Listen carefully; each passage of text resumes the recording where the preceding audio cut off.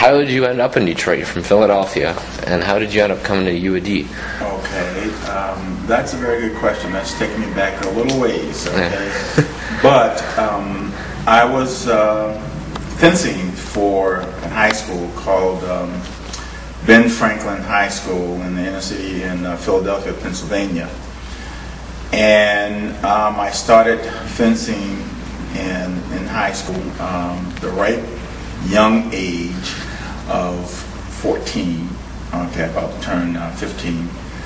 And I picked up the sport, and it was relatively easy for me to pick up the sport because that was one of the things that I liked a lot. Mm-hmm. I used to watch old movies of The Mark of Zorro with Tyrone Howard and Earl Flynn and all of his movies with Cornell Wiles and Basil Rathbone. Mm-hmm. And those are the guys that I had watched for years and years and years. Mm-hmm. And when there was an opportunity that came up to take up fencing, although I was generally a good athlete, all the way around, fencing seemed to be the sport that was just built for me. And I studied it real hard. And eventually I became the city and state champion, junior Olympic champion in foil and in epee. And this was on the high school level, and we had the opportunity to go to the University of Pennsylvania, who our coach, Jim Moss at the time, suggested that we go to the University of Pennsylvania and let the coach there, see us. And his name was Maestro Cesar, okay, and he was also very instrumental in training me in the art of fencing. And from there, we actually met in my senior year. We actually met Coach Perry because Fred, Kenny, and a few other people that was on the high school team met with Dick Perry. He came out to scout, some prospective student athletes for his team, and we talked, and I think we hit it off pretty good, all of us, and we decided that, at least I did anyway, decided that I wanted to, go to Detroit. And it was just, being a teenager, it was just the right distance away from home, not too close and not too far. So we met Coach Perry, talked, and within a year I had to actually take additional courses at a prep school, New Jersey prep school called Marshtown Friends, to gain additional credits for English and French and math and things like that to be qualified to come to the university. And once that was over in '68, the fall semester in '68, that's when I arrived here.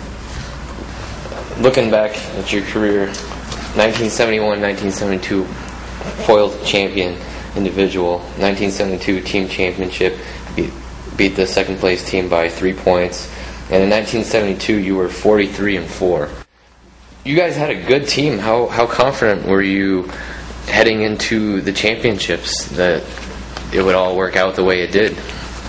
Well, we were pretty comfortable with it. We, Kenny, Blake, and Fred Hooker, we were pretty confident, but we had a lot of help as well too. Coach Perry worked with us, and I've worked with Jim Moss, who would come up periodically. I would go to Philadelphia. I would work with Maestro Cesar, and then we had a good, solid, strong team. We taught each other everything we knew.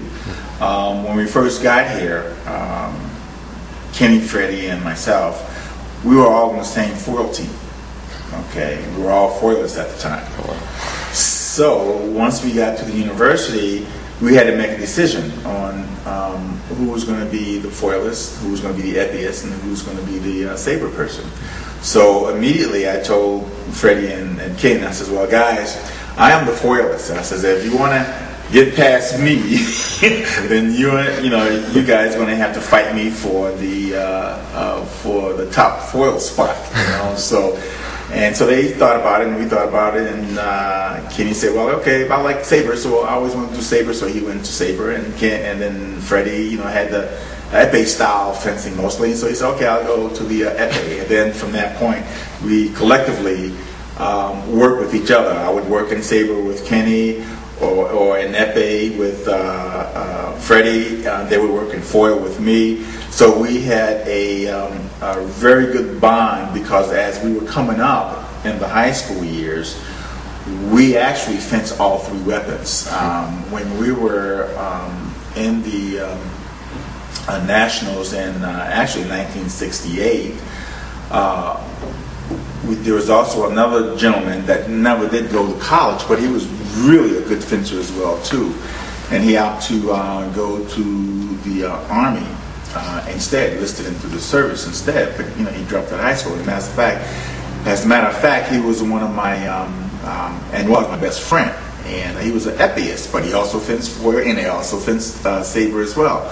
So we went to the Nationals championship in California, Berkeley, California that year. And as a team, we were the youngest team to ever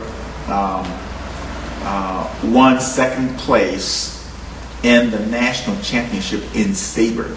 We were basically the underdogs, and we were knocking off people who, or teams who were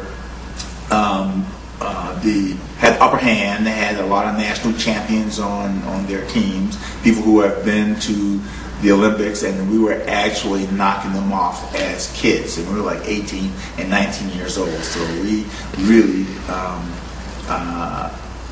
did something that was relatively great, to be that young, and we almost won the saber team championships by 3 points. So they were just that close. So when we got here to the university, we were able to actually share information, about techniques and styles like that in each of the weapons. So we actually were fencers of all weapons. Part of the only NCAA championship team in Detroit's history.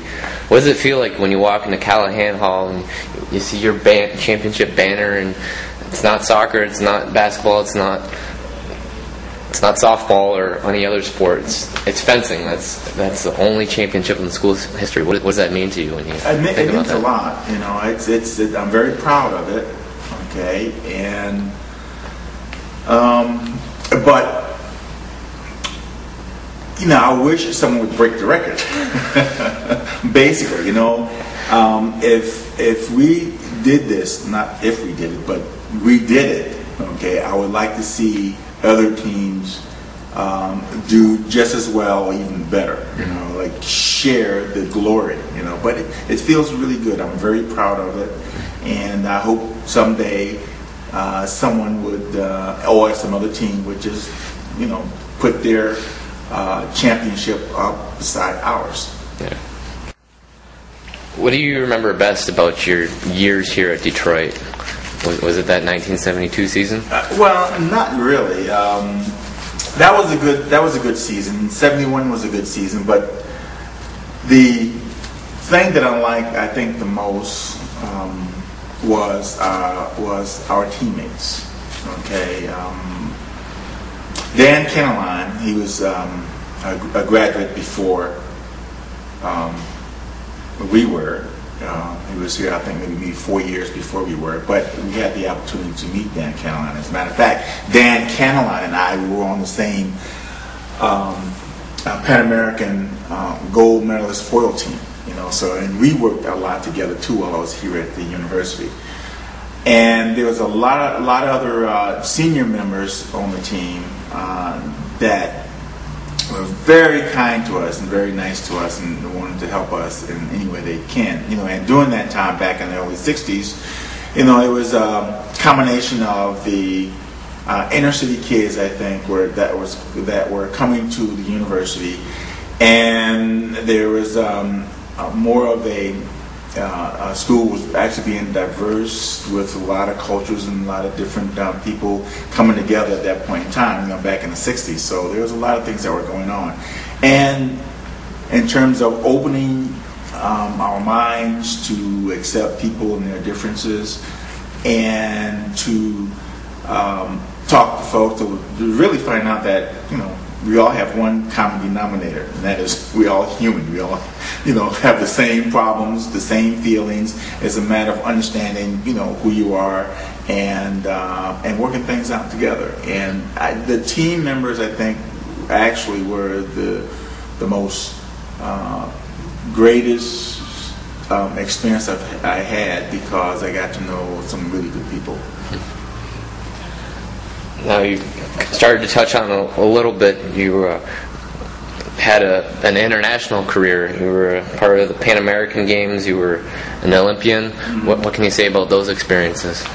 Those were fabulous experiences. The thing about international championship is that you get a chance to meet people from all over the world.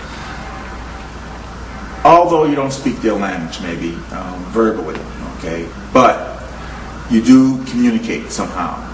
There's broken English, broken Spanish, broken Russian, and you communicate drawing and saying certain things.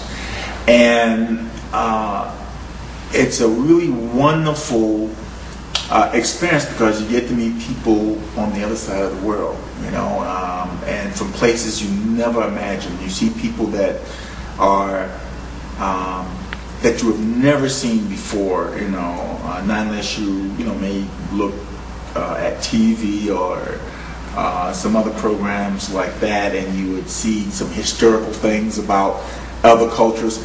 Until you meet the people, you realize that we all are of the same cloth. We cry, we challenge each other, and that's the nicest thing as well too. It's a world competition to the best from each part of the world or from each country, and you try and put your skills together and you try and see who is the best, and that's the most wonderful thing that you can actually experience, and then you get to see people from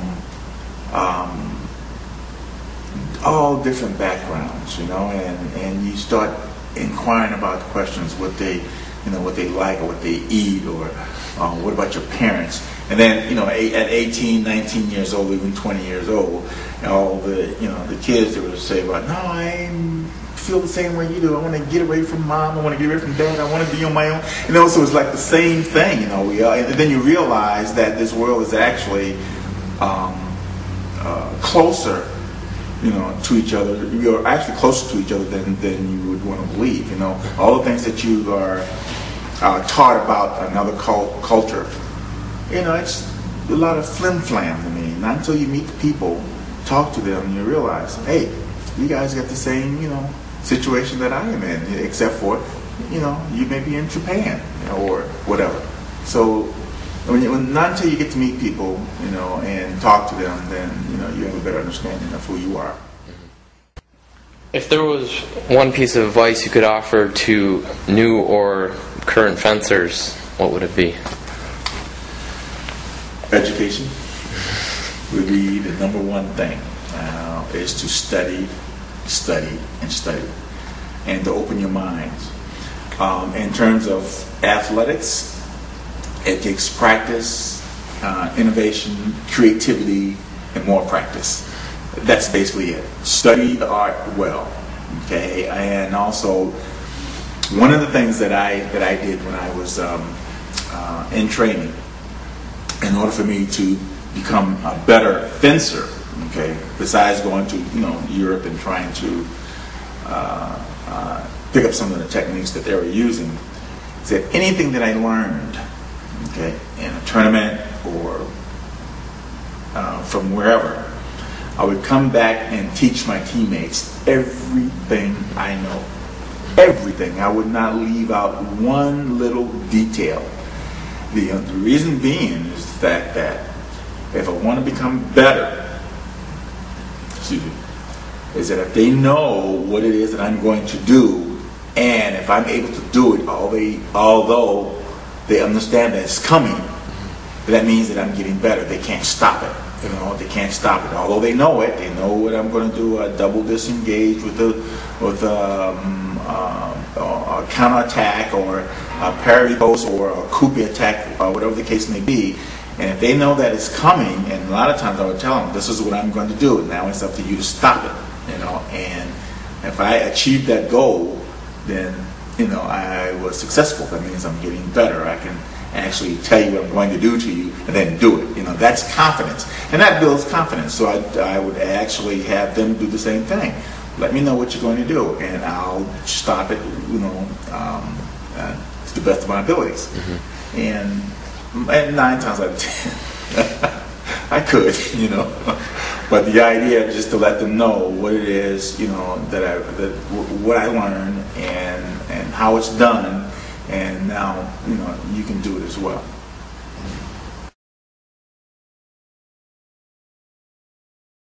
That's the company that I created myself. So it's called the Tyrone Simmons Fencing Academy. Okay. Not to be vain, but I needed to name it something. So it's actually an organization that is a traveling organization. I would take it to different gymnasiums, different athletic departments, and then teach fencing to adults or students. Okay. Is there maybe anything else you wanted to add to people who are loyal Detroit fans and maybe have followed your career and maybe want to know a little bit of something about Tyrone Simmons that maybe they didn't know before? That's hard to say. It's been quite a few years for me right now. But I advocate fencing, and I would advocate fencing a lot because it's a very unique sport, and it's one of the oldest sports in the world.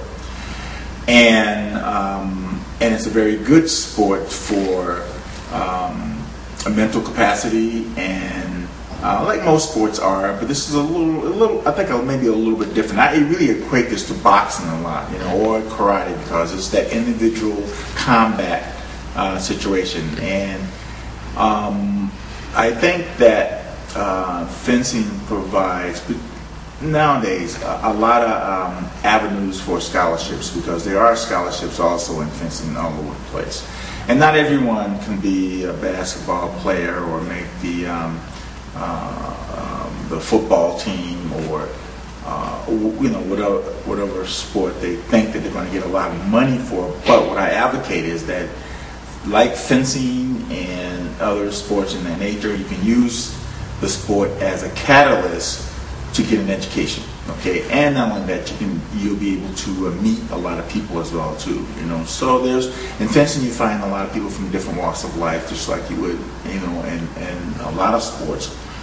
But I think fencing is a very good sport to develop poise, develop your footwork, and you can use fencing footwork in most of the other sports. And I'm very fond of fencing.